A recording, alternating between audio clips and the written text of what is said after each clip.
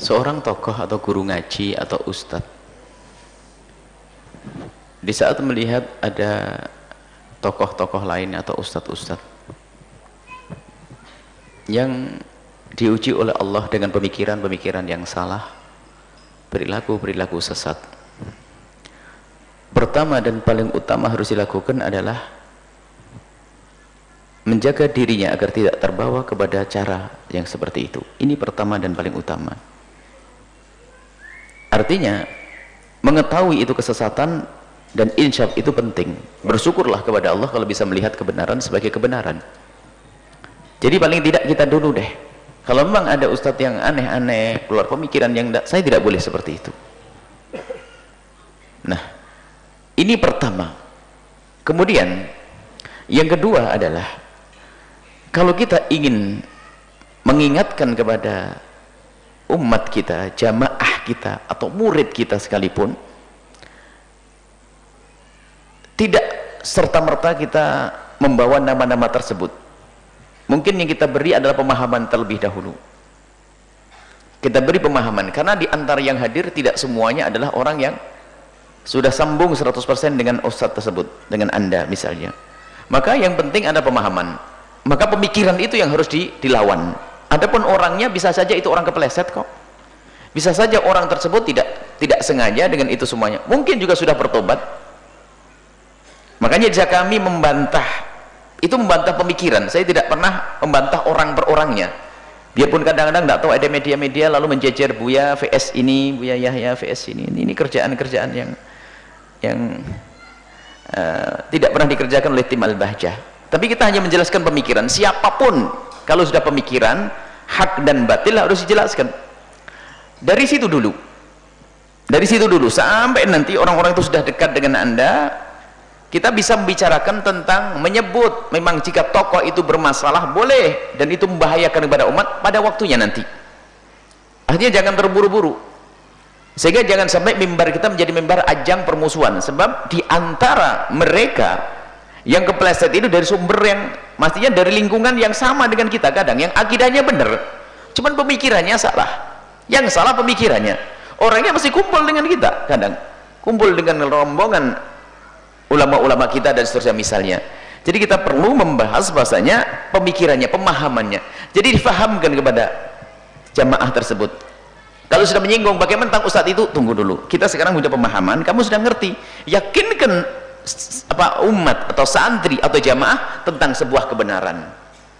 Dan kalau sudah terbiasa dengan sebuah kebenaran, mereka akan menilai secara sendiri. Pada waktunya nanti kita tidak mengajarkan orang untuk bermusuhan dengan orang, tapi kalau ada pemikiran yang salah, ini harus bisa menilai kalau itu salah dengan bekal yang pernah kita berikan kepada mereka. Itu dulu saja, karena tidak tahu kita sejauh mana seorang ustadz tersebut atau ayahanda atau keluarga tadi kedekatannya dengan masyarakat. Jangan-jangan dia adalah dakwah-dakwah pemula yang masyarakatnya adalah sudah cocok dengan ustadz yang leweng tadi misalnya. Maka Anda telah menutup pintu dakwah dari mereka. Karena apa? Belum apa-apa Anda sudah membuat permusuhan.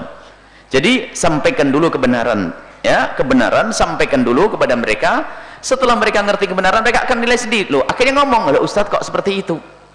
Pun demikian, setelah mereka sadar, jangan sampai kita ajari mereka untuk mencaci maki, mengolok dan sebagainya. Sebab caci maki dan olok itu adalah bukan cara untuk membawa orang kepada Allah Subhanahu wa taala, membawa umat, bukan seperti itu. Baik, ini saja terlebih dahulu. Kemudian nanti di saat kita harus menyebut nama seseorang, itu harus super hati-hati. Jangan sampai kita masuk bab benci zatnya orang tersebut, atau ternyata ada dendam dengan orang tersebut, atau kedengkian dengan orang tersebut. Jangan. Yang ini harus kita perhatikan. Kadang-kadang kita sudah masuk dunia dendam, dunia ngiri, berarti kita sudah sama dengan mereka. Jadi kalau kita ingin menyebut seseorang yang memang dia membawa, kata Imam Ghazali, ada orang yang melakukan kesalahan boleh disebut adalah pembawa pemikiran, karena dia membawa umat kepada pemikiran yang salah. Maka kalau misalnya kalau kami bicara tentang kesesatan liberalisme, itu kita jelaskan, tapi untuk menunjuk orang berantar dulu, karena belum tentu dia meyakini, hanya orang ikut-ikutan, hanya ikutan pemikiran seolah begini lalu ngikut-ikutan, belum tentu mereka meyakini yang demikian itu. Bisa jadi kepleset atau yang lainnya. Jadi bagaimana kita kalau ingin mengingatkan atau ingin menyebut memberi warning rambu-rambu agar tidak dekat dengan ustadz ini ustadz itu dengan cara yang hati-hati. Jangan sampai hati kita masuk bab dengki atau ngedendam kepada orang tersebut. Lah kalau sudah hati kita benar tertata, kita bisa menyebut bahwasanya si fulan adalah membawa kebatilan dan dia adalah seorang tokoh dan membahayakan.